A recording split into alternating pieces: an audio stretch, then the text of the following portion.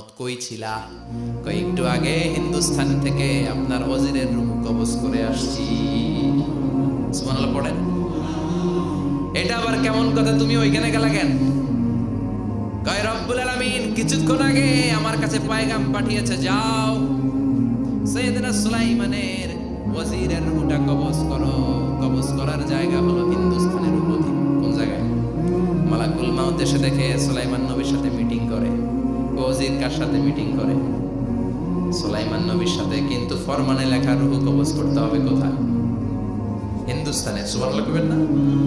এজন্য বড় বড় চোখ করে আমি তাকিয়েছি আর মনে মনে ভাবলাম টাইম তো নাই, কারণ মৃত্যু তো অন টাইমে হতে হয়। এখনই ওর রূহ কবজ করতে হবে। কেমন করে ওইখানে যাবে আমি জানি না, আমি আগে চলে যাব। মালাকুল মাউত চলে গেল, যে দেখে ওই জায়গায় ওজিরও হাজির। সাথে সাথে রূহ কবজ করে আল্লাহর কাছে চলে গিয়েছে। পড়েন সুবহানাল্লাহ। এজন্য আল্লাহ বললেন মালাকুল মাউত আমি নির্ধারণ করে দিয়েছি, পৃথিবীর প্রতিটি মানুষ মালাকুল মাউতকে দেখবে, চাক্ষুষ দেখবে, ভালো হলেও দেখবে, খারাপ হলেও দেখবে। কার কথা? ভালো মানুষ যদি হয়, আল্লাহওয়ালা যদি হয়, ইসলাম প্রিয় যদি হয়, ডানপন্থী যদি হয়, মৃত্যুর সময় মালাকুল মাউত আলা সূরাতি শাবিন আলা আহসানি সূরা, একজন যুবকের আকৃতিতে চমৎকার তবতবে সাদা একটা জুব্বা পরে, জান্নাত থেকে জান্নাতি কাফন নিয়ে, হানুত মিন হানুতিল জান্নাহ, জান্নাতের সুগন্ধি নিয়ে মুমূর্ষু রোগীর মাথার সামনে এসে বসে যায় আর দেহটার ইঙ্গিত করে বলে, ইয়া আইয়াতুহান নাফসুত তাইয়্যিবা, ও পবিত্র আত্মা। আরেক বর্ণনায় এসেছে ইয়া আইয়াতুহান নাফসুল মুতমাইন্নাহ, ও প্রশান্ত আত্মা, উখরুজি ইলা মাগফিরাতিম মিনাল্লাহ, আল্লাহর ক্ষমার দিকে বের হয়ে আসো। উখরুজি ইলা মাগফিরাতিম মিনাল্লাহি ওয়া রিদওয়ান, আল্লাহর ক্ষমার সন্তুষ্টির দিকে রূহটা বের হয়ে আসো। স্মুথলি বলার সাথে সাথে মুমিনের দেহ থেকে রূহটা বের হয়ে আজরাইলের হাতে চলে যায়। স্মুথলি বলার সাথে সাথে স্বাচ্ছন্দ্যে আনন্দে মুমিনের দেহ থেকে রূহটা সা করে বের হয়ে মালাকুল মাউতের হাতে এসে পড়ে। পড়েন সুবহানাল্লাহ। আল্লাহ এমন মৃত্যু তুমি আমাদের নসিবে রেখে দিও, চিৎকার করে পড়েন আমিন। আর যারা ইসলাম মানে নাই, আর যারা কোরআন মানে নাই, আর যারা দিন কায়েমের আন্দোলন করে নাই, দিনকে ভালোবাসে নাই, বাম আর রামপন্থী ছিল, নাস্তিক ছিল, ইসলাম বিরোধী ছিল, তাদের কাছেও মালাকুল মাউত আসে কি আসে না? চিল্লায়ে বলেন আসে কি আসে না? তাদের কাছেও আসে, কিন্তু আলা সূরাতি আকবাহি রাজুল, একজনের চেহারা যত ভয়ঙ্কর হতে পারে, যত নিকৃষ্ট হতে পারে, এরকম ভয়ঙ্করতম নিকৃষ্ট দুর্গন্ধওয়ালা একটা চেহারা নিয়ে আসে। রিজলাহু ফিল আরদ, পা থাকে জমিনে, রাসুহু ফিস সামা, নিচের বর্ণনা পা দুইটা জমিনে, মাথা আকাশে। এসে ধমক দিয়ে জালিমের মাথার সামনে এসে বলে, ইয়া আইয়াতুহান নাফসুল খাবিসা, হে পাপাত্তা, হে অপবিত্র আত্মা, উখরুজি ইলা সাখাতিল্লাহি ওয়া গাদাবিহি, আল্লাহর রাগের দিকে, আল্লাহর অসন্তুষ্টির দিকে বের হয়ে আয়। মালাকুল মাউতের এই অর্ডার পাওয়ার সাথে সাথে রূহটা কিন্তু বের হয় না। মুমিনের রূহকে ডাক দিলে যেমনি স্মুথলি বের হয়, কাফিরের রূহে ভেবে বের হয় নাকি? কথা বলেন। রূহটা ডানে যায়, ফাতাতাফাররাক, একবার রূহটা ডানে যায়, আবার রূহটা বায়ে যায়, আবার সামনে যায়, পায়ে যায়, হাতের মধ্যে ঢুকে ডানে বায়ে যায়। মালাকুল মাউত আবার ধমক দিয়ে বলে, ইয়া আইয়াতুহান নাফসুল খাবিসা, পাপাত্তা বের হয়ে আয়। রূহটা আবার ডানে যায়, বায়ে যায়, সামনে যায়, পেছনে যায়। এবার ধপাস করে মালাকুল মাউত রূহকে ধরে টান মারে। সারা দেহটা থেকে প্রাণ রস সিক্ত করতে করতে দেহ থেকে রূহটাকে টেনে হিচড়ে বের করে আনে। আর মুমূর্ষু রোগীটা চিৎকার মারতে থাকে। পড়েন নাউযু বিল্লাহ। একটা জীবন্ত ছাগল, একটা জীবন্ত ছাগলের চামড়াগুলো জবাই না দিয়ে কেউ যদি টেনে টেনে বের করে, ছাগল জবাই হয় নাই কিন্তু চামড়া এক পাশ থেকে টেনে টেনে টেনে হিচড়ে আপনি গা থেকে বের করলে যত কষ্ট হয়, এর চেয়েও বেশি কষ্ট দিয়ে মালাকুল মাউত বামপন্থী আর কাফেরদের রূহটা দেহ থেকে বের করে আনে। পড়েন নাউযু বিল্লাহ। আমাদের রূহটা যেন আল্লাহ, মুমিনদের রূহ আপনি যেভাবে কবজ করেন, ওইভাবে যেন আমাদের রূহটা বের হয়ে আসে। আর জোরে পড়েন আমিন। এজন্য আল্লাহ বললেন, বাল তুসিরুনাল হায়াতাদ দুনিয়া ওয়াল আখিরাতু খায়রুন ওয়া আবকা। পাগলের মতো মোহাচ্ছন্ন হয়ে এই দুনিয়াটার পেছনে ছুটে বেড়াও, এই দুনিয়া আসল নয়। নয়, আখিরাত হলো আসল। চিল্লায় বলেন ঠিক কিনা? অস্থির, আমরা অস্থির, আমরা ব্যস্ত দুনিয়ার লোভে আর মোহে পড়ে। আমাদেরকে যে মরতে হবে, চলে যে যেতে হবে, এটা ভাবার সময় আমাদের নাই। চিল্লাই কর ঠিক কিনা? এজন্য বলা হয় মুতু ক্বাবলা আন তামুতু, মরার আগে একবার মরো। হাসিবু ক্বাবলা আন তুহাসাবু আলাইক, তোমার হিসাব কিয়ামতের দিন করার আগে তুমি তোমার হিসাব করো। জীবনে কি কি পাপ করেছি আমি জানি, আমার চেয়ে ভালো কেউ জানে না। চিল্লায় বলেন ঠিক কিনা? কি কি অন্যায় করেছি আমার হৃদয়ের মধ্যে কথাগুলো আছে না নাই? পৃথিবীর কেউ না জানলেও আমি জানি কি জানি না। এজন্য হাসিবু ক্বাবলা আন তুহাসাবু আলাইক, তোমার হিসাব বসার আগে নিজে হিসাব করো কি কি করলা। আসল মরণের দিন শটান হয়ে তো শুয়ে পড়ো ভাই। মরার আগে আরেকবার মরো। মরার আগে আরেকবার কি করবে? কথা বলেন, মরার আগে কি করতে হবে? হঠাৎ একদিন বিছানায় শটান হয়ে শুয়ে যান, চক্ষুটা বন্ধ করেন, ভাবেন মরে গিয়েছেন। এই তো মালাকুল মাউত চলে এসে রুহটা নিয়ে গেল। আত্মীয় স্বজন চিৎকার চেঁচামেচি শুরু করে দিল, কান্নার রোল পড়ে গেল চারদিকে। মাইকের মধ্য দিয়ে, মসজিদের মাইকে অ্যানাউন্স হয়, অমুক এলাকার নিবাসী অমুক ভাই আমাদের মধ্যে দুনিয়ায় নাই, তার জানাজা হবে আজকে সারা নামাজের পর। সবাই এসে রুহের মাগফিরাত করেন। সবাই আপনারে দেখতে আসবে, কেঁদে কেঁদে লোকজন আপনারে কবর দিতে আসবে। চিল্লায় বলেন ঠিক কিনা? কেঁদে কেঁদে সবাই আসবে, দেখার জন্য আসবে। ছেলেগুলো কাঁদবে, স্ত্রী কাঁদবে, বাবা মা কাঁদবে, বন্ধু বান্ধব কাঁদবে। আর ঘরের মধ্যে রাখা হবে না। এবার আপনাকে গোসল দেওয়ার পালা। চক্ষু বন্ধ করে চিন্তার দরকার আছে না নাই? একটু চোখটা বন্ধ করে ভাবেন, আপনাকে গোসল দেয়া হবে, জামাগুলো খোলা হবে। এত টাকা দিয়ে যে দামি গোসলখানা টাইলস লাগিয়ে ঘরে বানালেন, আপনার শেষ গোসলটা কি ওই দামি গোসলখানায় হবে? লাশ যেখানে ধোয়া হয় ওই জায়গায় ধোয়া হবে। আপনাকে কাফন পরানো হবে। আপনার কলিজার টুকরা ছোট বাচ্চাটারে বলা হবে, আব্বু দেখে যাও তোমার বাবারে শেষবারের মতো দেখো। আপনার বাবা মা শেষবারের মতো একটা নজর দিয়ে আপনার চেহারাটা দেখে নিবে। বন্ধু বান্ধবরা শেষবারের মতো একবার আপনারে দেখে নিবে। জানাজার জায়গায় নেওয়া হবে।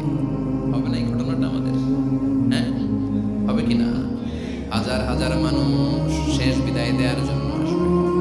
চারটা তাকবীর দিয়ে ইমাম নামাজ শুরু করবে। আল্লাহু আকবার, আল্লাহু আকবার, আল্লাহু আকবার, আল্লাহু আকবার বলে নামাজ শুরু করবে। নামাজ শেষ। এবার পালকিতে করে কবরে যাওয়ার পালা। যেতেই যেতেই হবে। পালকিতে করে লোকজন নিতে শুরু করবে। কবরস্থানের ওই জায়গায় যেখানে মানুষ বছরে মানুষ না মরলে যায় না, ওই গহীন নিঝুম কবরস্থানে ঢুকানো হবে। পালঙ্ক থেকে নামিয়ে আপনার জন্য করে রাখা আগ থেকে কবরটার মধ্যে শুইয়ে দেয়া হবে। উপরে বাঁশ দিয়ে ছাউনি।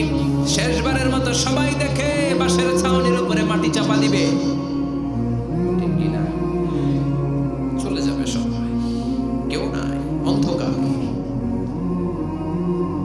শুধু অন্ধকার। এই অন্ধকার যেন শেষ হতে চায় না। এই ঘটনা ঘটবে না আমাদের? কথা বলেন, ঘটবে কিনা? এজন্য মরার আগে এগুলো চিন্তার দরকার আছে না নাই? মরার আগে আরেকবার মরার দরকার আছে না নাই? এজন্য রব্বুল আলামিন বলেন, বাল তুসিরুনাল হায়াতাদ দুনিয়া ওয়াল আখিরাতু খায়রুন ওয়া আবকা। এই দুনিয়ার জীবনটাকে তোমরা আসল জীবন মনে করো, এটা আসল জীবন নয়। আসল জীবন হলো কবরের জীবন। চিল্লায় বলেন ঠিক কিনা? এজন্য লাইফটা হলো one time, one chance. Second কোনো চান্স আপনাকে দেয়া হবে নাকি? কাফেররা বলবে, ইয়া রাব্বি আরেকটা সুযোগ দেন। লাউ আন্না লানা কাররা ইয়ানি মাররা, আল্লাহ আরেকটা সুযোগ যদি পেতাম দুনিয়াতে ভালো করে আসতাম। আল্লাহ বলবেন, ইন্নাহা কালিমাতুন কাইলুহা, এটা শুধু তাদের মুখের কথা। তাদেরকে আবার সুযোগ দিলেও তারা কিছু করবে না। চিল্লায় এখন ঠিক কিনা? এজন্য একটা চান্স আমরা পেয়েছি, এই দুনিয়ার ওয়ান চান্সে আমরা ভয় পাবো একজনকে। চিল্লায় বলেন তিনি কে? এজন্য যেতে আমাদেরকে হবে। এই মরণ থেকে পালানোর কোনো সুযোগ কেউ পালাতে পারে নাই। এই মরণ হলো আখিরাতের প্রবেশদ্বার। মরণ নামক পালকিতে চড়ে আমরা কবরের ভিতরে ঢুকি। মরণ হলো প্রথম পর্ব, কবর হলো দ্বিতীয় পর্ব। যেরকম ঠিক কিনা? এজন্য বিশ্বনবী বললেন, আল কবর রিয়াদিল জান্নাহ আও হুফরাতুম মিন হুফারিন নার। কবর হলো কারো জন্য জান্নাতের বাগান, কারো জন্য জাহান্নামের গর্ত। আমরা বলি আল্লাহ আমাদের কবরটারে জান্নাতের বাগান বানাও। আর জোরে পড়েন আমিন। আবার বিষ্ণু বললেন ইন্নাল কবরা আউয়াল মানজিল মিন মানাজিলিল আখিরাহ। কবর হলো আখিরাতের মানজিলগুলোর প্রথম মানজিল। আখিরাতে একটার পরে একটা অনেকগুলো স্টেশন আপনাকে পার হতে হবে। প্রথম স্টেশনটার নাম হলো কবর।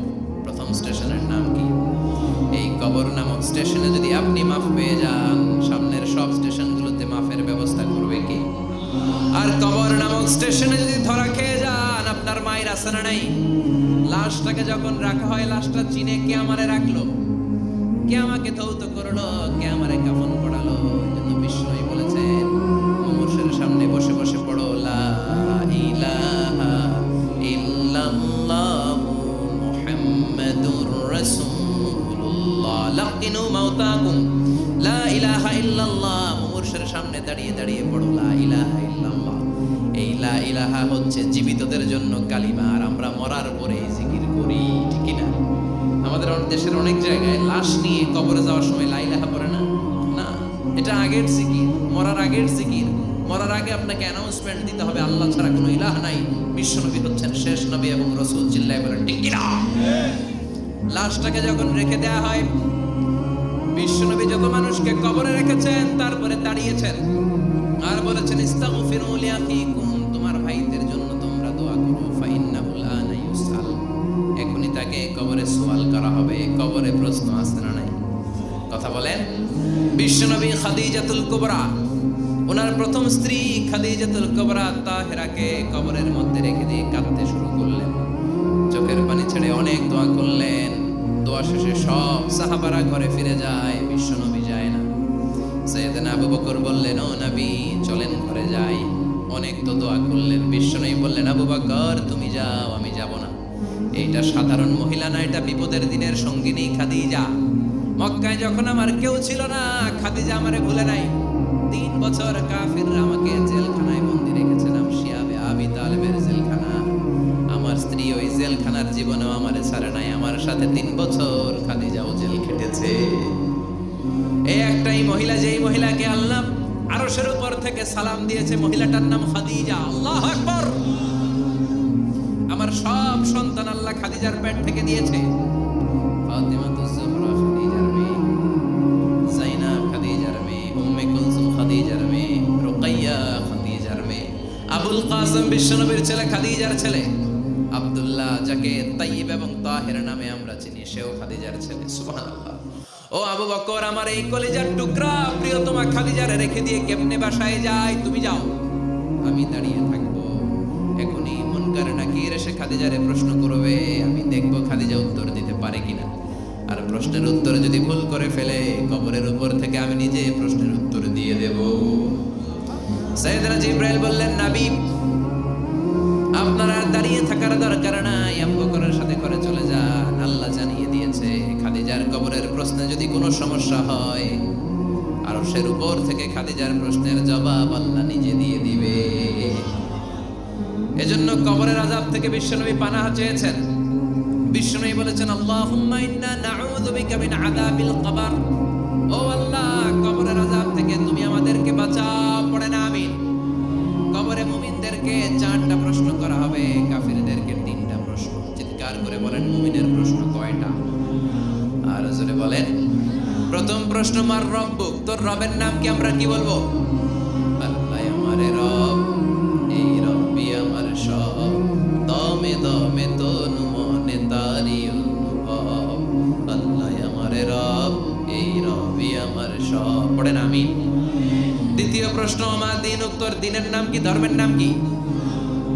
তৃতীয় প্রশ্ন আমান হাযার রাজুল, এই লোকটাকে কে? আমরা বলবো মুহাম্মদ সাল্লাল্লাহু। 3টা প্রশ্নের উত্তর যখন আপনি কবরে করে দিতে পারবেন, অতিরিক্ত একটা প্রশ্ন ওয়ামা ইলমু, এই যে 3টা প্রশ্নের উত্তর পাল্লা, কেমন করে উত্তর জানলা? কোত্থেকে শিখেছো? নকল করে আনছো কাফনের কাপড়ে? পরীক্ষার হলে নকল আছে না নাই? হাতে নকল আছে না? পায়ে নকল, মোজার ভিতরে নকল আছে না নাই? মোবাইলে নকল আছে না নাই? নকল থেকে আল্লাহ তুমি বাঁচাও। আরো আস্তে কোনা আমি। কিভাবে জানলা? কেমন করে? 3টা প্রশ্নের উত্তর শিখলা। What is the source of your knowledge? তথ্যসূত্র কি? আপনাকে বলতে হবে আমি যেই কিতাবটা থেকে শিখেছি কিতাবটার নাম কি। চিল্লায় বলেন কি নাম? এই কিতাবটা হলো কোরআন। আপনাকে বলতে হবে কোরআন থেকে আমি শিখেছি, বিশ্বনবীর হাদিস থেকে আমি শিখেছি। 4টা প্রশ্নের উত্তর যখন পারবেন, ফেরেশতারা বলবে আহলান সাহলান, খুশ আমদেদ, কংগ্রাচুলেশন, বাহ বাহ, তুমি তো চমৎকার পেরেছো। ফায়ুফসাহু লাহু কবরুহু 70 যিরাআন, মুমিন বান্দার কবরটা 70 হাত লম্বা করে দেয়া হবে। ইফতাহু লাহু বাবুন ইলাল জান্নাহ, জান্নাতের দিকে তার কবর থেকে একটা দরজা বানিয়ে দেয়া হবে। জান্নাতের সুঘ্রাণ ঠান্ডা বাতাস এসে তার কবরের ভিতরে ঢুকতে শুরু করবে। ইলবাসু লিবাস মিন আহলিল জান্নাত, জান্নাতীদের পোশাক তার গায়ের মধ্যে পরিয়ে দেয়া হবে। আল্লাহু আকবার। আর বলা হবে নাম কানাউমিল আরুস, বাসর রাতে বর যেমনি কনেকে নিয়ে ঘুমিয়ে যায় তুমিও একটা ঘুম দাও। আলহামদুলিল্লাহ পড়ে মুমিন বান্দা আনন্দের একটা ঘুম দিবে। ইসরাফিলের সিংগার আওয়াজ ছাড়া পৃথিবীর কোনো কিছুই তার এই ঘুম ভাঙতে পারবে না। আল্লাহ আমরাও যেন সেদিন কবর একটা মজার ঘুম দিতে পারি, তুমি তৌফিক দাও। জোরে বলেন আমিন। এবার বামপন্থী নাস্তিক আর কাফেরদের পালা, ইসলাম বিদ্বেষীদের পালা, আলেম ওলামাদের শত্রুদের পালা, ইসলামকে যারা বিজয়ী শক্তি হিসেবে মানতে পারে নাই তাদের পালা। চিল্লায় কোন ঠিক কিনা? ওদের একই প্রশ্ন, রব কি? ওরা বলবে আমি জানি না। আমাদের উত্তর আল্লাহ। ওরা বলবে আমি কিচ্ছু জানি না, আমি সব ভুলে গেছি, আমার মাফ করে দেন, আমি কিছুই জানি না। তবে আমি ইসলাম বিরোধীদের সাথে চলতাম, যারা ইসলাম রে বাস দিত আমি তাদের সাথে স্লোগান দিতাম। এরকম ডাকাইত আছে না নাই? দ্বিতীয় প্রশ্ন, মা দিন, তোমার ধর্মের নাম কি?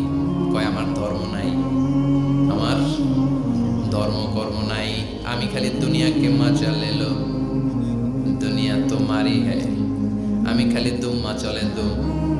আছে না নাই? আমি শুধু মৌজ মাস্তিতে ব্যস্ত ছিলাম, আমার দুনিয়া নাই, দিন নাই, আখিরাত নাই, রবকে আমি জানি না, ধর্মকে জানি না। ইসলাম বিরোধী রাজনীতি আমি করতাম, মাও সেতুংয়ের রাজনীতি, কার্ল মার্কসের রাজনীতি, বুশের রাজনীতি, ডোনাল্ড ট্রাম্পের রাজনীতি, বামপন্থীদের রাজনীতি। চিল্লায় কেউ ঠিক কিনা? কোনো ধর্ম নাই। এই লোকটাকে চিনো কিনা বলো। বিশ্বনবীর চেহারা দেখিয়ে বলা হবে এই লোকটাকে, কয় জানি না। এরে আমি মানতাম না, এরে আমি গালি দিতাম। এরকম জাহান্নামের নরকীট আর পিতৃ পরিচয়হীন জারদ সন্তান বাংলার দেশেও আছে না নাই? এই মহামানবটাকে গালি দিয়ে পৈশাচিক আনন্দ পায়। পত্রিকায় লিখে, ব্লগের মধ্যে লিখে, ইন্টারনেটে কার্টুন বানিয়ে বানিয়ে পৈশাচিক ফুর্তি করে। এগুলো জাহান্নামের কীট, এগুলো জারদ সন্তান, বাপ মায়ের ঠিক নাই। যে আমার নবীরে যারা গালি দেয় এগুলোর বাপ মায়ের ঠিক আছে? এগুলোর কোনো গোড়া আছে? এগুলোর কোনো শেকড় আছে? এগুলো আগাছা। চিৎকার করে বলো ঠিক কিনা? বলবে আমি জানি না। ফেরেশতারা বলবে দাঁড়া, আমরা জানি। তোর সাথে কেমন আচরণ করতে হবে আমাদেরকে ট্রেনিং দিয়েছে কে? এবার শুরু হবে মাইর। কি শুরু হবে? কথা বলেন। মাইর। ফায়ুদরাবু বিমা তারিকা মিন হাদিদ, লোহার হ্যামার দিয়ে শুরু হবে মাইর। এক একটা হ্যামারের বাড়িতে মাথাটা ফেটে চূর্ণ বিচূর্ণ হয়ে যাবে, দেহটা জামিনের ভেতরে 70 গজ ডুবে যাবে, দেবে যাবে। ওর চিৎকারে কবরস্থানটাও থারথার করে কাঁপবে। আবার জামিনকে বলা হবে ইলতাইমি, চাপা দে। জামিনে ঢুকে যাওয়ার পরে জামিনের এপাশ থেকে একটা চাপা, মাটি চাপা, বাম দিক থেকে মাটি চাপা। 2 চাপায় ডান দিকের পাজর বায়ে চলে যাবে, বাম দিকের পাজর ডানে চলে আসবে। ওর চিৎকারে কবরস্থানটা থারথার করে কাঁপবে। আল্লাহ এই ধরনের পরিস্থিতি থেকে তুমি আমাদেরকে বাঁচাও। আরো চিৎকার করে করে বলেন আমিন। এজন্য কবরের এই প্রস্তুতি নেওয়ার দরকার আছে না নাই? কোরআনের পক্ষে থাকার দরকার আছে না নাই? ইসলামের পক্ষে থাকার দরকার আছে না নাই? ইসলামী আন্দোলনের সাথে থাকার দরকার আছে না নাই? ইসলামের বিজয় চাওয়ার দরকার আছে না নাই? যে লোক ইসলামের বিজয় চায় না, যে লোক চায় না ইসলাম দিয়ে দেশ শাসিত হোক, যে লোক চায় না কোরআনটা সংসদ ভবনে নেতৃত্ব